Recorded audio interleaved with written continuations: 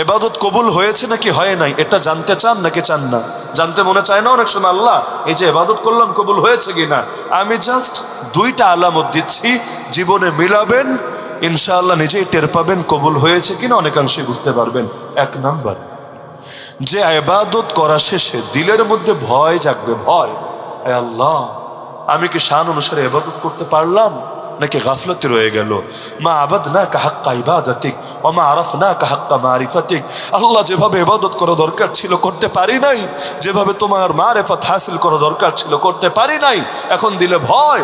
এজন্য নামাজ শেষ করেও দেখেন না তিনবার বলি আমরা, একবারও না, তিনবার নবীর সুন্নাত অনুসরণে আস্তাগফিরুল্লাহ আস্তাগফিরুল্লাহ আস্তাগফিরুল্লাহ, ক্ষমা চাই আল্লাহ, ক্ষমা চাই আল্লাহ, ক্ষমা চাই আল্লাহ, কারণ আমি ঠিকমতো নামাজ পড়তে পারি নাই।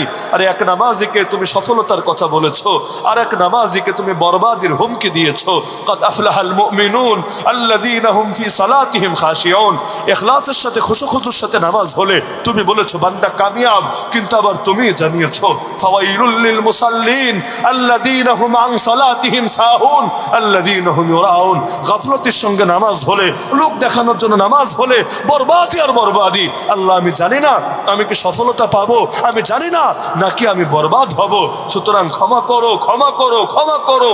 আমার ত্রুটির দিকে না তাকিয়ে তোমার রহমতের দিকে তাকিয়ে আমার ইবাদত কবুল করো। যদি দেখেন এভাবে মন নরম হয়েছে, ভেতরে ভয় ধরেছে, আপনি এতটুকু আশা রাখতে পারেন ইনশাআল্লাহ আল্লাহ যদি চান ইবাদতটা কবুল হবে। আর যদি উল্টা হয়, ইবাদত করার পর অহংকার বেড়ে যায়, আচরণ পাল্টে যায়, অধ্যত্ত অহমিকা বেড়ে যায়, ভয় করেন আল্লাহকে, ভয় করেন, এই সম্ভাবনাই বেশি ইবাদতটাও আপনার জন্য ঢিল হলো কিনা, এটাও পরবর্তীতে আপনার পরিণতি খারাপের কারণ হয় কিনা। আল আমালু বিল খাওয়াতিম, আমল শেষ অবস্থা দ্বারা বিবেচ্য হয়। সুতরাং আগে কি করলেন বিবেচ্য না, আদৌ ঈমান নিয়ে কবরে যেতে পারবেন কিনা সেটা চিন্তার বিষয়। লুহুমুল উলামা মাসমুমা, ইমামরা লিখে গেছেন আলেমদের গোশত বিষাক্ত।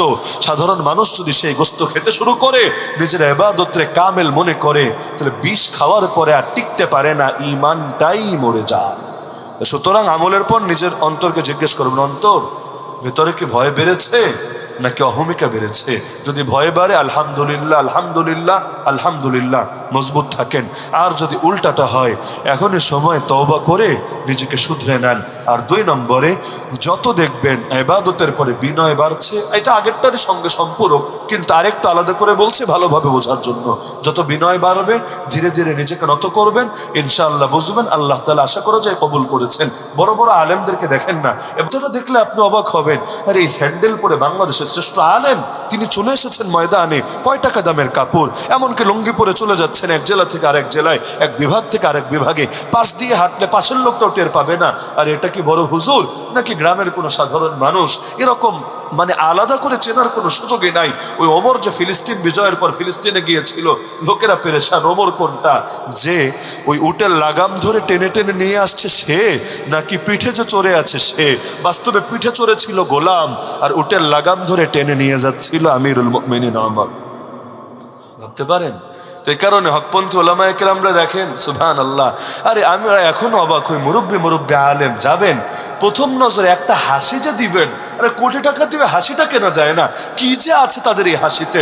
অথচ চাইলে ভাব দেখাতে পারেন, চাইলে নিজেকে আলাদা করে জাহের করতে পারেন। কত বেদাতিরা এমন আছে, টাকা পয়সা না দিলে, সামনে গিয়ে সেজদা না দিলে কথাই বলা যায় না, দেখাই করা যায় না। কিন্তু হকপন্থী আলেমদের কাছে যান, সাধারণ থেকে সাধারণ মানুষ যান, দেখবেন সুবহানাল্লাহ, আপনি গ্রামের মানুষ, আপনি অভাবী মানুষ, আচরণে কোনো পার্থক্য নাই। একজন গাড়িওয়ালা গেল আচরণ যা, আবার একজন সাধারণ মানুষ গিয়েছে বলে পাত্তা দেবে না তা না, তার কথাও শোনে, তার দাওয়াতও কবুল করে, এমন হয় না কি হয় না? সুতরাং নেয়ামত পেলে বিনয় বাড়বে, আর যদি এটা কবুল না হয় তাহলে সেই ক্ষেত্রে অহংকার বাড়বে। ছোট্ট একটা ঘটনা শুনে 1 মিনিটে, ইলিয়াস রহমতুল্লাহ আলাইহির নাম শুনেন নাই?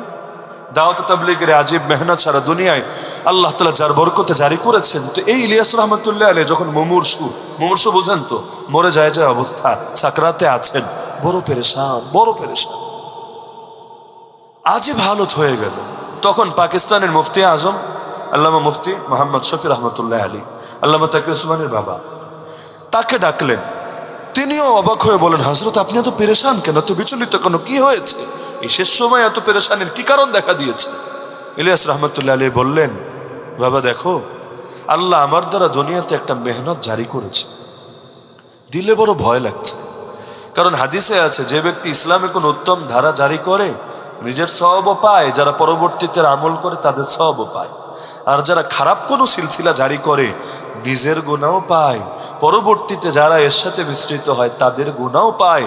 ফালাইহি উযরুহা ওয়া উযরু মান আমিলা বিহা মিন গায়রি আন ইউনকাসা মিন আওজারিহিম শাই।